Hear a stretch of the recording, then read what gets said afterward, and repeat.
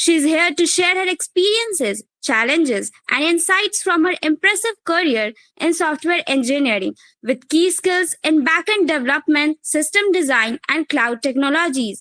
So, without further ado, let's dive into Kriti's ma'am's inspiring journey and the lessons she learned along the way. Hi, Sakshi. Thank you for the nice introduction. Hello, everyone. Hello. Hello, ma'am. Ma'am. Good evening, ma'am. Good evening, ma'am. Good evening, ma'am. Good evening, ma'am. Hello. Good evening, ma'am.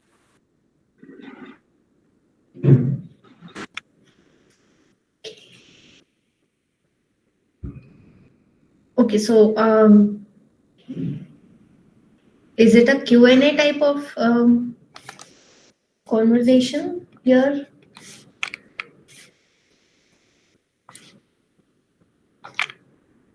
Ma'am, first you share some of the experiences like how you got to know about these opportunities, how you started, what dived you into this, and then we will ask some doubts or related something. All right, so I'll start with my introduction. Like you've already given a lot about me. Thank you for doing that. All right, so let me share. So as you know, my name is Kriti Rohilla, and right now I'm working as a software engineer at Coinbase. I am a 2019 graduate from UIET, Punjab University, Chandigarh.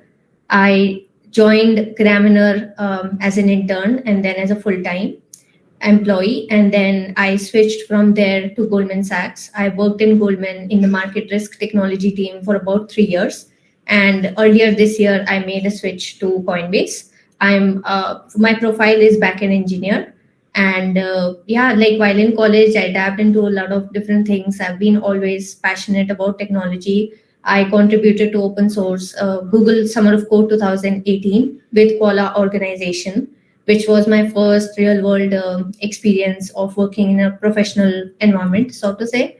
And yeah, there has not been like any looking back. I find software engineering, very challenging and exciting. So yeah, thank you for having me. Ma'am, what are the skills a student has to learn?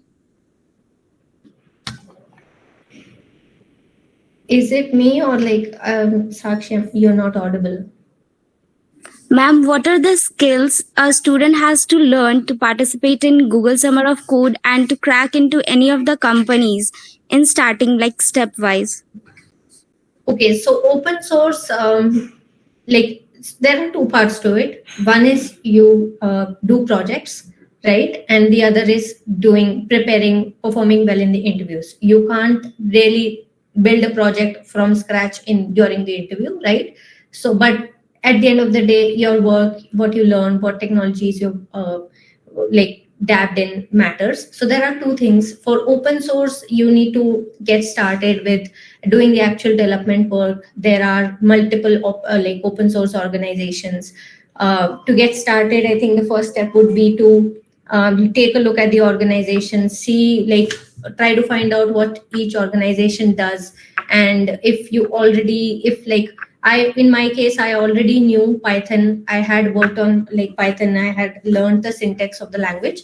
So I was trying to search for an organization that uses Python as its main language. But if that's not the case, then we can select organization first and try to learn the technology as part of contributing to that particular organization, right? So there are two steps. And then first step would be like, so that is how you select where you want to contribute. And then eventually the first step will be to set up the project locally, read the documentation, try to contribute. Every organization, especially in GSOC and other such programs, have beginner level issues that a newcomer can pick up. I also started with those kind of issues itself, and eventually progressed to making bigger and bigger contributions, and finally to GSOC, which was one project under like my I was responsible for building a very big change in the code base.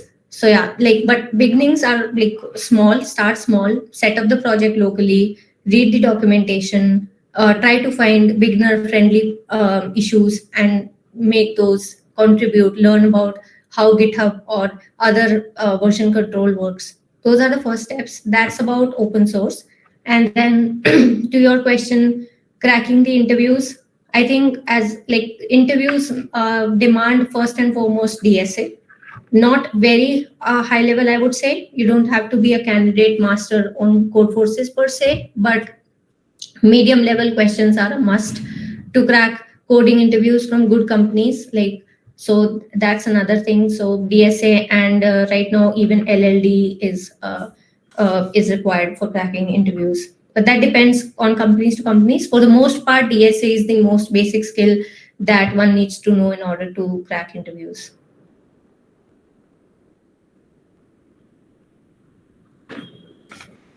Yep.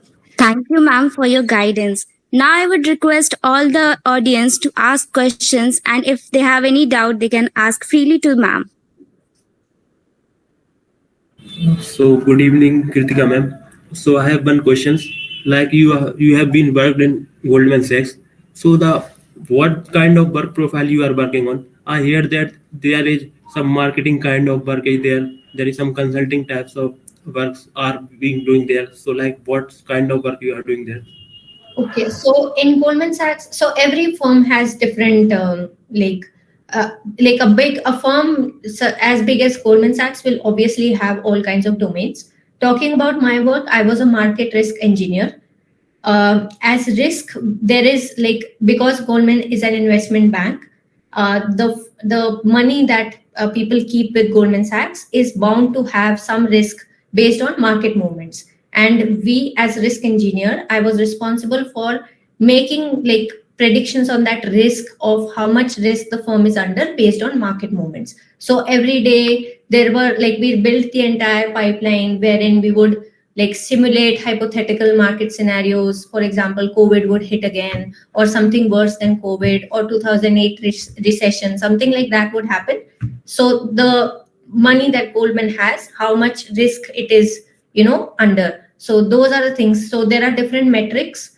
And I also worked on some of the requirements that are required by the Fed and SEC in USA that are regulatory firms. So my work generally revolved around doing things that involve like basically risk to find out risk exposure based on market movements. So I was an engineer. I built pipeline for this particular purpose and find out the metrics that give us relevant information for this. All right. Good evening, ma'am. Ma'am, did you have any hackathon experience? I did participate in a bunch of hackathons in college. I cannot particularly recall one. Yes, I actually did. I participated in Smart India Hackathon. That's the one I remember. Now, in my final year of college, I went to from Chandigarh. We made a team of 5 or 6 and built a website for the government wherein people could book tickets for booking the tourist places for visiting purposes. Something of this sort. We built a website for that, and we included payment and SMS notifications, things like that. Single portal for all kinds of tourist places around Delhi NCR. That is one hackathon that I remember. But I did participate in quite a few hackathons when I was in college. Okay, ma'am. Hello.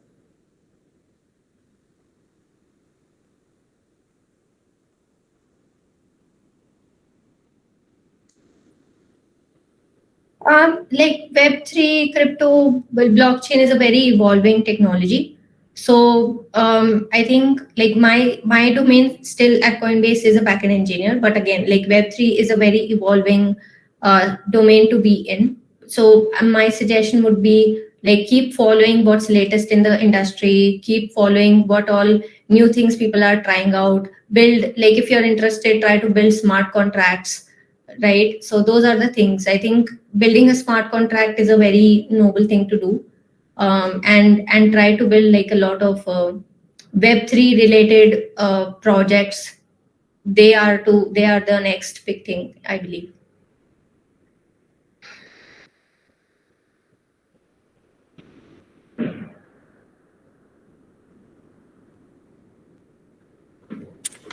Okay, thanks, ma'am.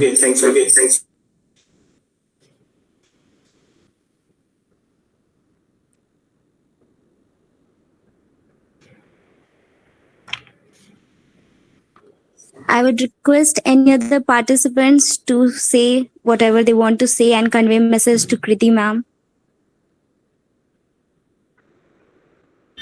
So, ma'am, I have one more doubt. Like I have heard that like 70% of the jobs are not listed on the internet. Like the hirings are happen majorly through internal hirings. Like if you have a connection with the company's manager or engineer, so you can directly can apply to it. So like how is this happen in Coinbase, or Coinbase just look to directly go through direct internet hiring? I think. Oh, actually, this is the first time I'm hearing about something called as internal hiring. Whatever I have like learned, experienced, I've given a lot of interviews, and it was mostly through general referral request. In case of Coinbase, yes, general like random referrals do not work. Either you can reach out to recruiters, or if you know somebody and you have worked with them at a professional level, then you can use their referral for Coinbase. But otherwise, in my knowledge, it's like best to ask for referrals from people or reach out to recruiters directly over the internet. I am not sure. Like, this is the first time, honestly, I'm hearing about internal hiring of this sort. But yeah. Ma'am, I mean that like some of the job posted are not on the internet actually. So like you can see a post about the HR mentioning the job ID and something like that. I am not aware of any such thing. For me, like my source of open roles, like whatever openings are there in any company are generally through the internet. I use LinkedIn extensively for job hunting or seeing the open positions, and sometimes on the job portal of the company itself. Okay, ma'am.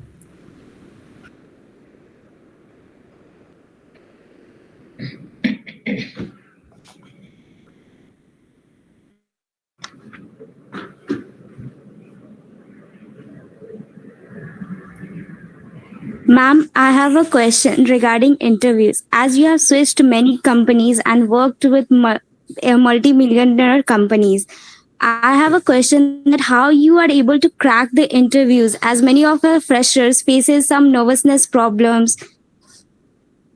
So, like for interviews, I think it's also a skill that you have to develop.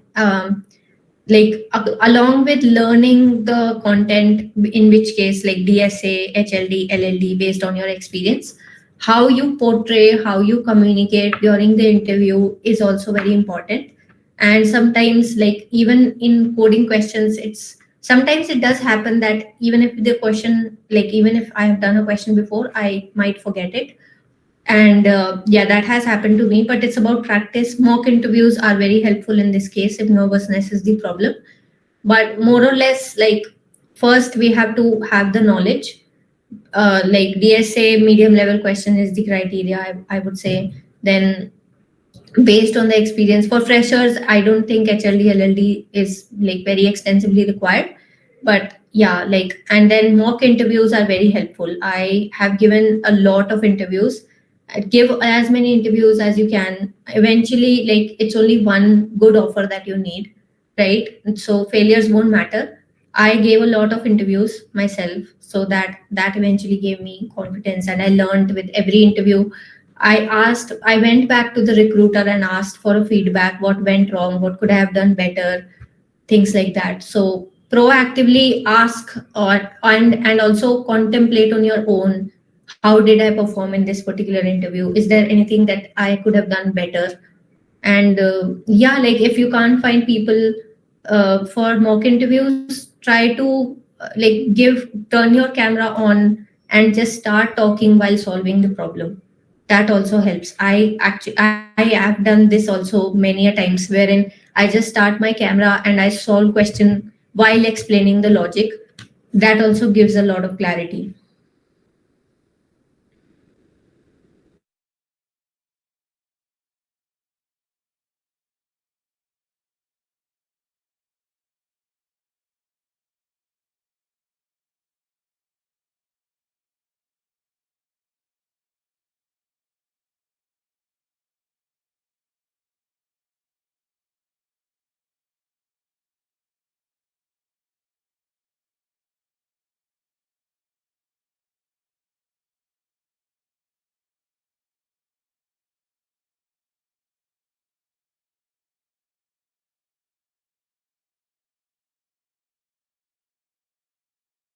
Set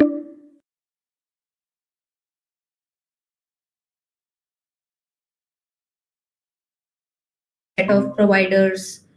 So first of all, supporting that much user base is a challenge. Then different, like, code is contributed in one application, the code is contributed by a lot of people, so that is also a learning wherein you have to keep your code extensible. And of course it should allow for, like, the downtime in case of any production failure should be very less, and most likely, like, no production failure should happen whenever a new change is pushed. So things like that I'm working on. Okay, great, ma'am.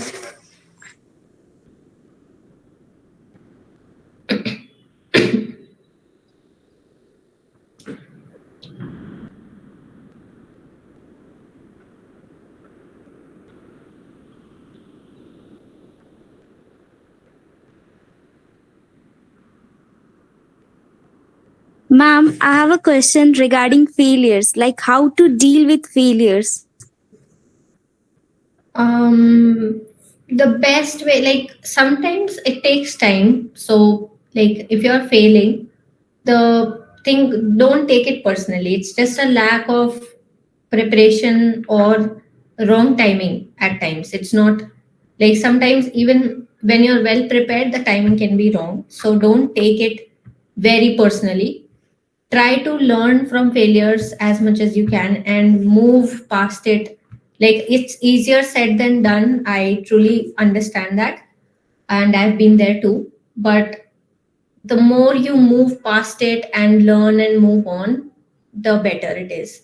Eventually, like, if you get, like, enough failures, the kind of, you get used to, and then eventually you succeed as well. So just think of it, it's like a stepping stone. Like, you cannot, it's very impractical to say that first interview you'll try, you'll crack. That never happens. That usually never happens. So just try and keep trying, keep improving, seek feedback. And like, when you get feedback, don't take it personally, just take it as a, thing that I think you learned to improve, you got better. So yeah, that would be my advice.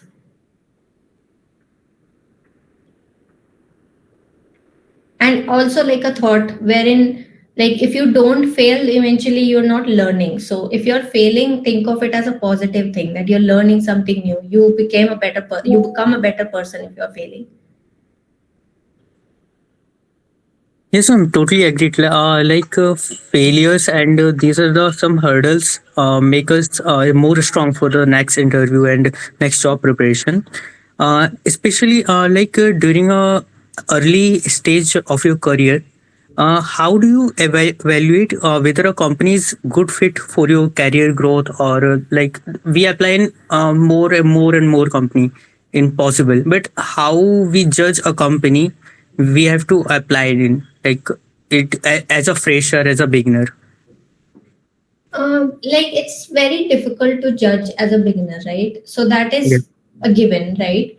But think of it this way, like, as a beginner in software engineering, try to find a company where their growth potential is quite large, where you get to learn a lot. So, like, so one big factor is, most good companies will hire very good candidates. So if your interview process that you've gone through, and you can feel like the people there are very smart, right, and the interview bar is quite high, that will give us an impression, right? That itself is an impression to say, okay, if I get into this company, I know that I'm among these people who are very smart, right? So that is Yes, a yes. thing. The company, the people you work with initially in your career is very important.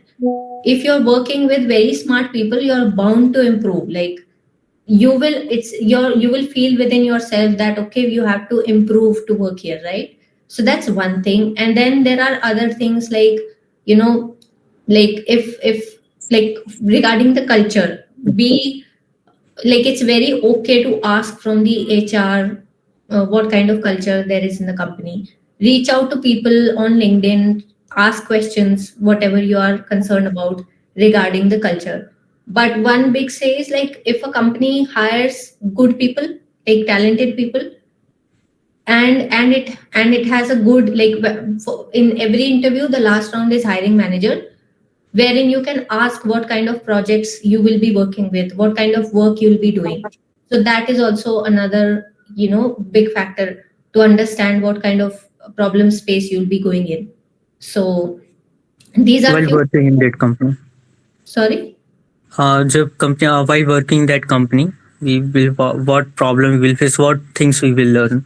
Yes. Yes. The last round, the hiring manager round in every company is for the manager who is hiring you. So you can Okay. ask all kinds of questions. What is the problem? Like what is the tech stack that I'll be using? What kind of problem I'll be solving?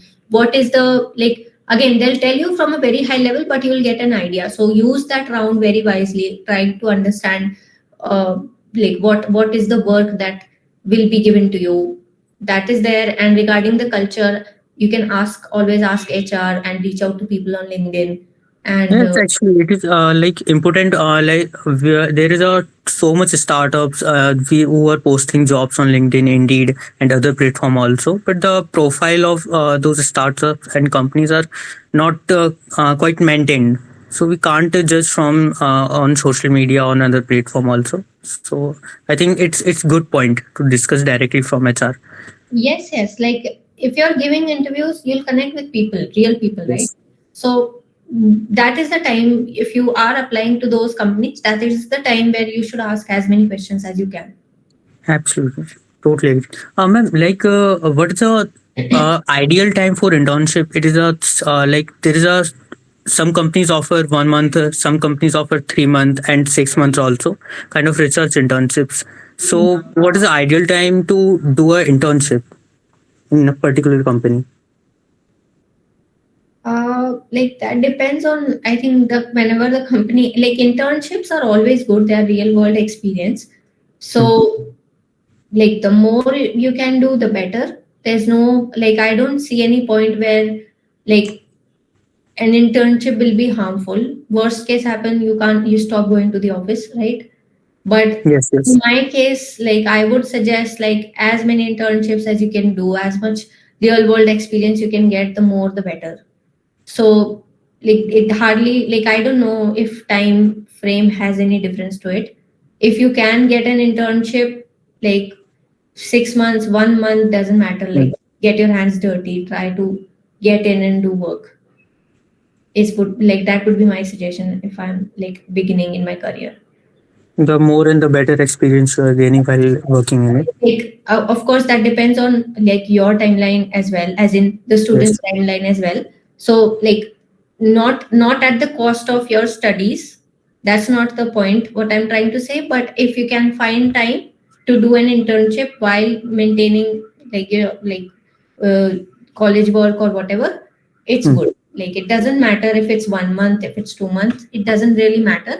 You will get to learn, like in internship is a real world experience, right? So the more you do it, the more you'll get to learn. So Yes, yes. Thank you so much, ma'am. That's all from my side.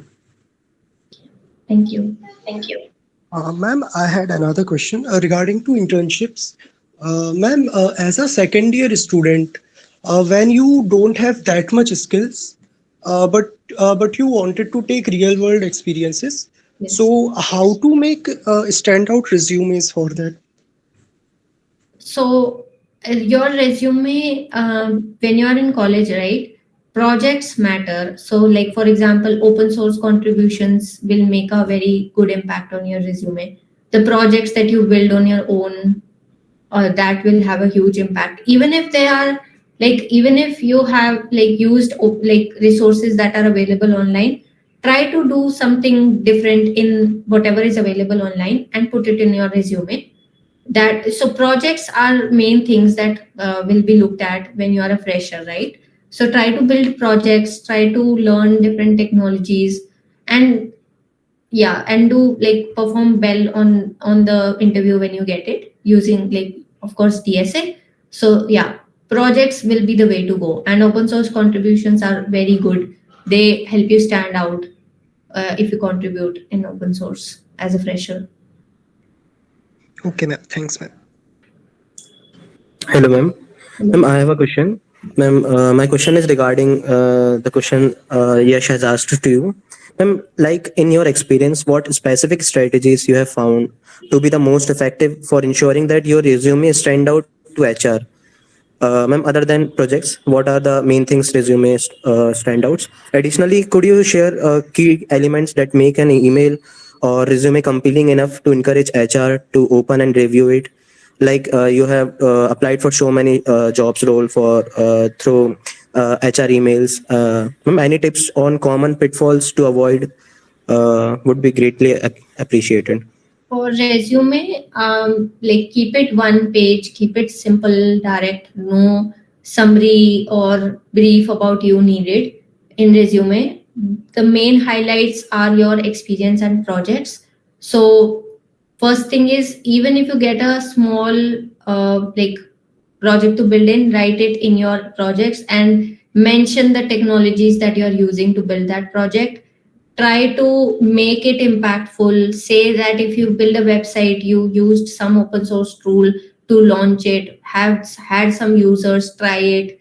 So those are the things that matter. Like a resume, the more impact you can, showcase in your resume, the better it will be, right? So in case of projects, right, like whatever you built, what technology you used, how much unit testing you did, things like that. So for example, I built a project, wrote APIs with end-to-end unit test and integration tests, used by like a batch of 60 people, and they reported good feedback on the API response and all of that. So things like that. Try to have numbers, try to have percentages, try to have like technologies written, whatever you used, whatever you learned during that project. And if you collaborated with other people, mention that as well, so that it shows you that you're good to work in a team as well, things like that. Okay, ma'am. Along with that, ma'am, what are the things you enclosed when you email for any job role to an HR? Ma'am, like with your resume, any cover letter or any certificates or the last company's offer letter or something. My first conversation when I'm trying to get like talk to a recruiter is very direct. I just express my interest in joining whatever role. I mention the role specifically and I send my resume, nothing else. That's what I always keep on saying. Like the first conversation when you're trying to talk to people for the first time has to be very direct. That does not have to have like a lot of cover letter and all of that. If they need those things, they'll ask. But first conversation, first message should be small enough so that they at least give it a read. If the first message itself is very long, people might get reluctant to read it. So my first message is usually very short. I just tell them, express my interest in joining, send my resume, and that's it.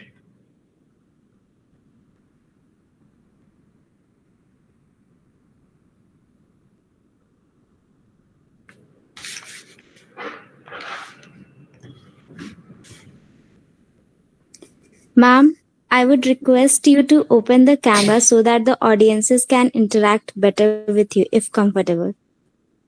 Sure.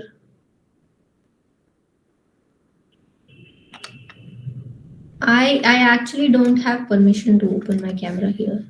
Is that because of like I'm a guest in the meeting?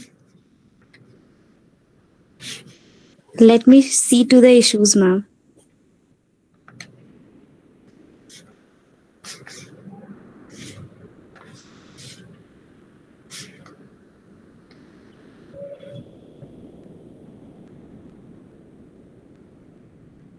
Till then, I would request audience to ask questions related to their some personal doubts as well.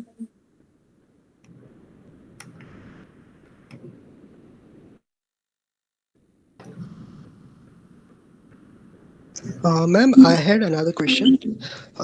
Ma'am, uh, is academics that much important or CGPA that much important in your career or while you making resume? Honestly, not really. Like, in order to sit for campus placements, you'll need a certain CGPA that is dependent on the college. But apart from that, CGPA doesn't really matter. If you know like coding and you can do DSA, that's what it matters. Like, CGPA matters only for campus placements. And academics, see, the subjects in college are good if you do them right. Like, for example, database, SQL, all of these, even software engineering principles, all of these are useful in the real world. It also depends on how you learn, and colleges like often teach them in a, you know, industry kind of way, like how they're used in the industry. So that's why like a lot of things are important, but not like the way it is available in college. So that is also true, but like it's not a blocker for getting job, is what I would say. For sitting in campus, I know that CGPA matters, and I myself maintained CGPA for that purpose only. But apart from that, like once you get like some experience, CGPA doesn't really matter that much for most Thank companies. you. Thank you. This is really a big headache for us. Yeah, again, like for most companies, I don't know if some companies have that criteria, but in my knowledge, most companies don't really matter. But again, like if you're saying you have graduated, degree is important. Yes, ma'am. Thank you, ma'am. Ma'am, I have one question. Like people generally focus on DSA in their colleges. So like how difficult is to move from DSA to hardcore development? Like you are from GSOC background, so it is easier for you to transition into software world, like the real code. But if a person has little level of development or has done little level of code, so how can he transition from normal person to a software world? So normally also try to do projects. Try to like the best way is like try to understand whatever technology you're working. Let's say if you're just know C++, there are many open source organization that use C++. Use that to see how real world projects are built. But like again, C++ is a like not many companies use it. So try to build projects, try to build like websites, try to understand projects that are available online. The better way to do is like basically find out in GitHub there is a section where trending projects are shown. Try to set up some of those projects locally. Try to see how real code is written. Try to understand, read the code. In professional environment, a lot of work is about understanding the code that is already written and contributing in that. Immediately you don't write new code per se, right? A lot of times first step as as a new joiner in any company at any level will be to understand the code that is already present. So one way to improve that is see existing projects. There are a lot of open source projects available online. Try to read through them, try to understand, try to see how different coding patterns people are using, and how testing, how the project is structured, how tests are written, things like that. So like leverage open source. If you're trying to move from DSA, you're good in DSA but you can't, like you're not that good in dev, leverage open source, set up as many projects and read through the code as much as you can. So now, ma'am, continuing with the questions, like can you recommend some projects like on which domain we should be making? Like you are giving a referral, then you should be looking at the project, like which project is good, which project is bad. So can you recommend some projects? I mean, it depends on what technology you know already, right? So if you're using Go, try to search for Golang based projects. If you're using Python, search for Python based projects. And if nothing else, like go through the organization list in the GSOC website and set up one of those projects online and go through that documentation and code. Like I remember Mozilla like is a good project at my time, like, but there are a lot of new organizations that have opened up in the last few years. Ma'am, can you suggest some books or some sources to learn DSA? For learning DSA, there are a lot of tutorials available for free online. There are paid Udemy courses. There are a lot of tutorials by other YouTubers like Lababar and I don't know. There are a couple of more, right? Let me find out. Coding, like I haven't used any books for coding per se, like for learning DSA. The more you do, like for interview specific, use lead code. Try to read articles if you're not able to solve problem. Try to see existing solutions. And for learning any particular language, HackerRank is a good source. Geeks for Geeks is a good source. There are plenty of open online courses available. I haven't really used a book for DSA, so can't recommend, sorry.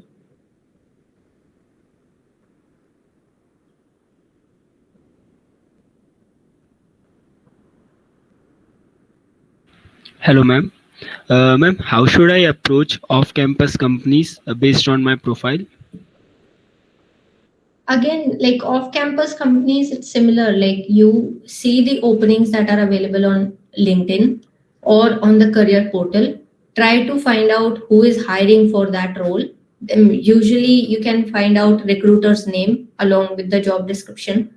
Try to reach out to them, or if you don't get a response, apply on the website directly or use like ask for referrals. Okay, ma'am. And ma'am, one more question. Ma'am, how to manage both DSA and development? Like that is like very like in 24 hours, that depends on which one is the main blocker. Like right now, if you're completely beginner, start with learning a language followed by doing open questions. Once you get a hang of it, maybe try to do like 2 hours or 1 hour of DSA and then spend the rest of your time doing coding. Like it depends like where you are, how much you're struggling in which sphere, right? If you're good with DSA, maybe 1 hour in a day is okay, but then rest of the free time should go in dev, right? But if you're completely beginner, then development will not make sense. So learn a language, get comfortable with solving array questions, map questions, because even if you start developing, you'll at least need to know how array, strings, maps, objects work in that language, right? So first step will be like learning that language, learning the common data structures, how they are used in that language, learning object-oriented principles in that particular language. Once you're comfortable with that, maybe solve like 2 questions in a day and then do rest of the time do dev work.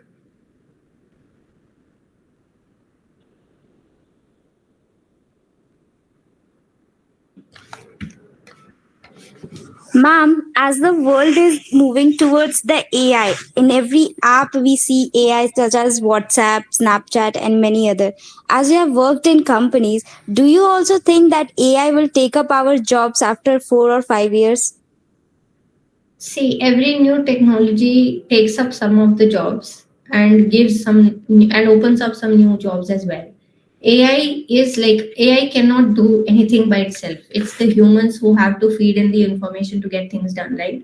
So I don't think AI will take jobs, but yes, AI will take jobs that are repetitive, that can be automated. But problem solving in general is not, it's not, it's not automated, it's not repetitive. Every problem is unique, every problem is different. So if let's say you're in a job where most of your work is similar every single day, you're not doing anything new, that is something that can be replaced, right? So for example, AI today can give a simple website, but how do you make it work for millions of users? How do you see if X country is supported, but Y country has some regulatory requirement where you can't show certain pieces of the website? Those are the things that eventually like real humans will have to even if you want to get a code, AI will help you with the code, but where it will go, how will it be used, that is different thing. So I don't think AI will take up all the jobs, but yes, it will make things difficult. It will make things more challenging. Simple things will be replaced very soon by AI, but then again, like complex problems will still need human beings to solve them using AI as a tool. Thank you, ma'am. And one more question. After 4 or 5 years, do you think the margin for selection of software engineers will go higher? Selection of software engineers as in job opportunities. Yes, ma'am. Yes, I think, like, if not higher, at least it will be as good as it is today, right? And most likely it will go higher only because, see, Web3, AI, all are these new fields that are not fully, like tapped in yet. A lot of things are yet to come in this space. So there is still opportunities. There are still more growth potential in the field of software engineering. So I think, yeah, 4 or 5 years from now, it will still be good.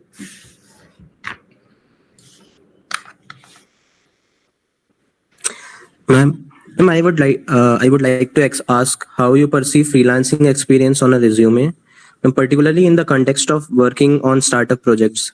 What are the best ways to present this experience to highlight it's valuable to potential employers? Write it in the experience column. As a fresher, if you have like working for a real client, it's very good. Like it I personally very much appreciate if you have like working with external experience working with external clients. So try to add that as your experience. Mention you built, understood the requirements from the user, from the client, dabbed in, like mention that you explored a lot online to fulfill the requirement, learned a lot along the process, used XYZ technologies. These things like are quite good to write in the resume.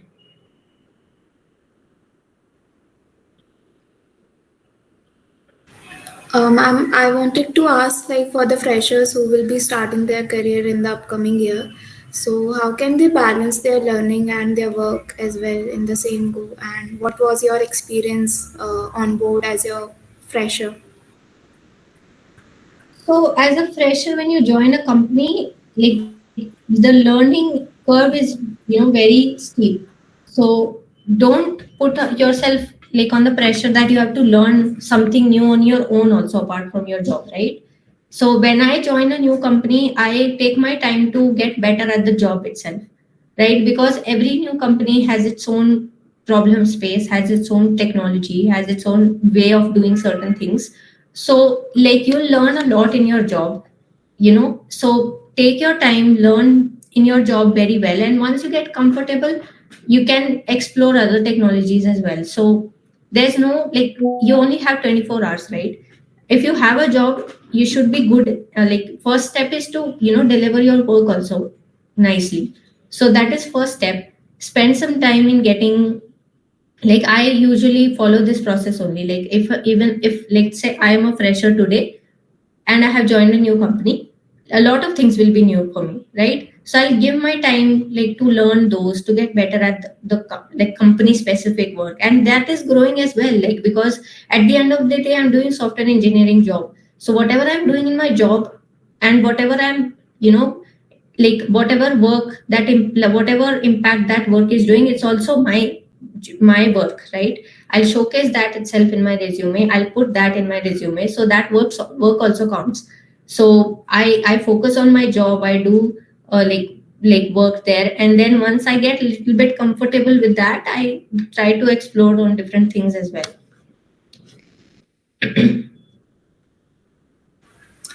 Thank you, ma'am. And ma'am, one more question was that, like, when we'll have to know about that, we have to switch to other company or something like that, when we should be aware regarding that? That depends on your personal choice, right? Like it's not necessary that you have to switch. If you are having, like, if you have good enough If you're being challenged in your work, you have a good enough work-life balance, you're paid well, I don't see why would you need to switch, right? And if there and if some of these are problems, you'll know that you have to switch. So like it's not like it's an algorithm that you have to switch after every X years. So yeah, like hope that helps.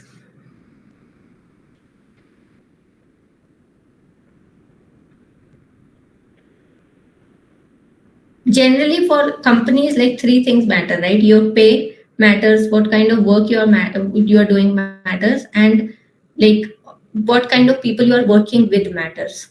So I try to I've been fortunate enough wherein my work and team were good, but then like my first job the pay was very less, so I switched to change my pay. And then like eventually you find reasons, right? So think of it this way: you don't have to, as soon as you get into a company, you don't have to start thinking of switching.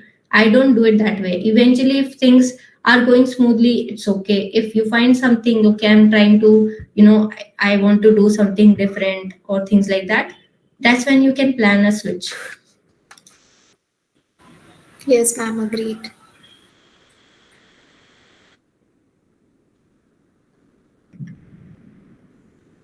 Ma'am, I have a question. How do you articulate complex technical concepts in non-technical language? Try to document it as if you are explaining to a person who is not part of your technology, like who does not know about technology. Let's say you have a friend who is a doctor, try to explain it to that person. Okay, ma'am. Thank you. Ma'am, I have one more question. Is language as a barrier in jobs?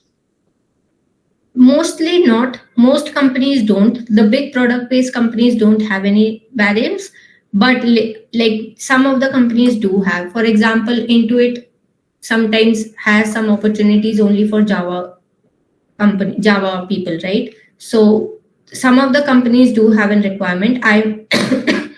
I myself have been have faced quite a lot of times wherein Java was a requirement. I have not done Java at all, so I can't sit for the interviews. So some companies do have requirements, but that said, a lot of companies don't.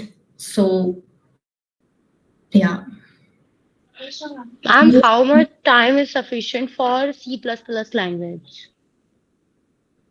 C++ language, how much time is sufficient for doing what? For Learning, learning for DS. learning.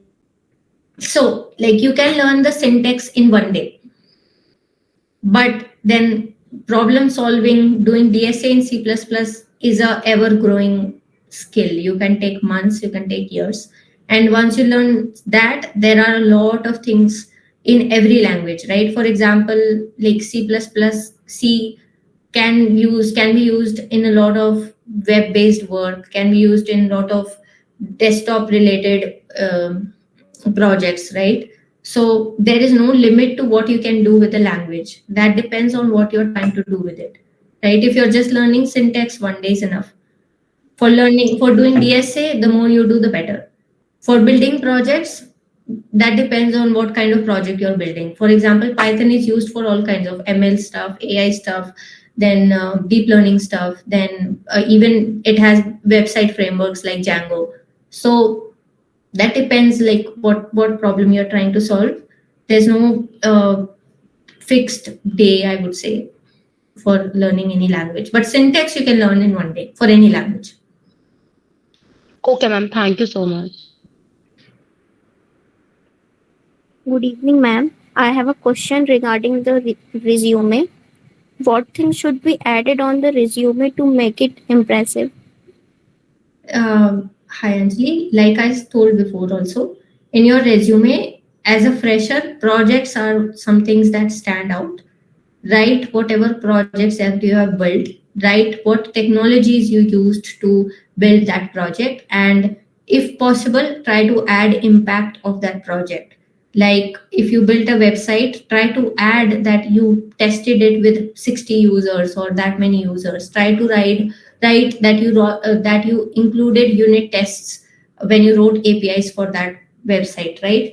So projects matter the most as a fresher. And if you have experience and projects matter. Ma'am, Yes, ma'am. Thank you, ma'am. usually we forget the syntax of the code. So Mhm. how can we proficient in this? The more you practice, it becomes a muscle memory. Okay, ma'am. Hello, ma'am. I have a query. Ma'am, like these days, there are many trends that are evolving. So, what should one do to incorporate those trends in their like daily to go activities? And is it important to focus on trends or core is more important? See, there's no replacement of fundamentals, right? So data structure algorithms are the first thing if you're a total beginner. After that, every 6 months, try to learn something new. So college is the best time where you can try different things. You don't have to become an expert in any one thing, right? Take 6 months and be like, okay, for the next 6 months, I'm trying to do mobile development. For the next 6 months, I'm trying to do web development, and do everything in that sphere and in that particular sphere that you choose. And again, like for getting a job in software engineering, there are jobs for every role. You can choose to be a back-end engineer, you can choose to be a front-end engineer, you can choose to be a DevOps engineer, you can choose to be a QA engineer, but one person cannot do everything, right? So don't put pressure on yourself to be like, I have to learn everything. Just out of interest, try to dab into different things to find out if you like something or not. Like I tried front end HTML CSS while in college and I didn't like it. That's why I don't do front end today.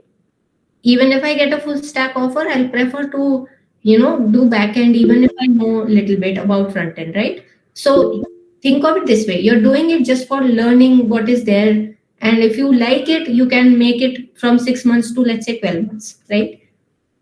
But one person does not have to know everything. Like, yeah, it's just like if you'll explore, you'll find out things that you like or not. Ma'am, being in third year, is it that important to analyze the trends continuously and have an idea of almost kind of every trend? Not really. If you're in third year, like practice getting, write projects that you have already done in your resume and try to make your resume stand out, and practice giving interviews, right? Like these trends are good to know, but they are not something that will make or break if you get a job, right? So like trends are more to keep yourself updated and keep yourself curious of what's going on in the industry, right? You get to learn, but then you have to choose, is it the right time to learn these things? If you're in third year, if you're already have like 5 offers, by all means try as many trends that you can try. But if you're trying to get a job, then trends will not help you get a job. DSA and actually applying in every company will get you a job. So see where you fall, what is it that you are trying to get, and tailor the approach based on that. Sure, ma'am. Thank you.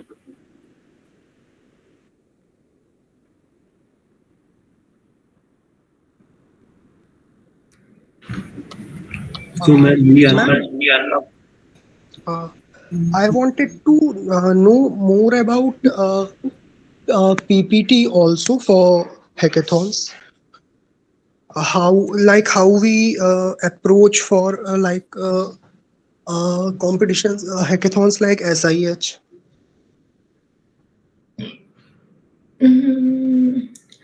Okay, it's been a long time since I participated in a hackathon, so I'll try to answer it based on like what I look for, right?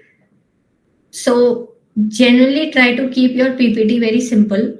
Try to add bullet points for what problem you are trying to solve and bullet points for how you're going to solve it. Keep it very simple don't add a lot of technical details into it, although have the technical clarity on your end. But for the PPT, keep it simple, keep it focused on the problem that you're trying to solve, and little bit on how you're going to try to solve that. Okay, ma'am. Ma'am, also, I had another question related to team making. Like, sometimes this happened that you need a backend developer, but you didn't get from your college, and you have an incomplete team. So, how you approach these types of situation? I mean, if you get like, try to ask people, like, if you have already selected the project, try to ask more people who know. Leverage your network and build network in order to, for these things. Okay, ma'am. Thank you, ma'am.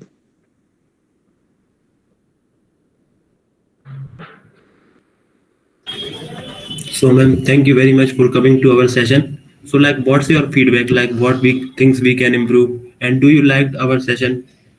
Yeah, it was good interacting with you all. I had a good time. Lot of intriguing questions. Yeah, genuinely very nice to see a lot of enthusiastic people. So, Yeah. ma'am, please share your social media accounts so that our community members can follow you. Sure. I think there was my LinkedIn already on. But I'll share my LinkedIn on the chat here.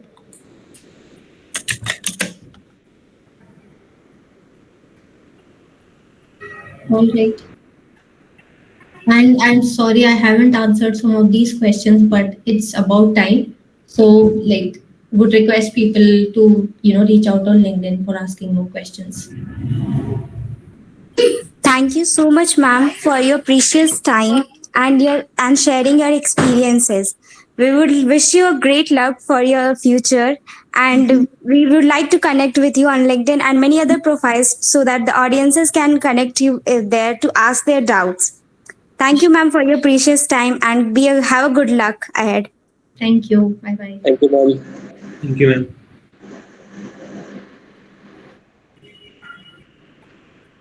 Thank you, audiences.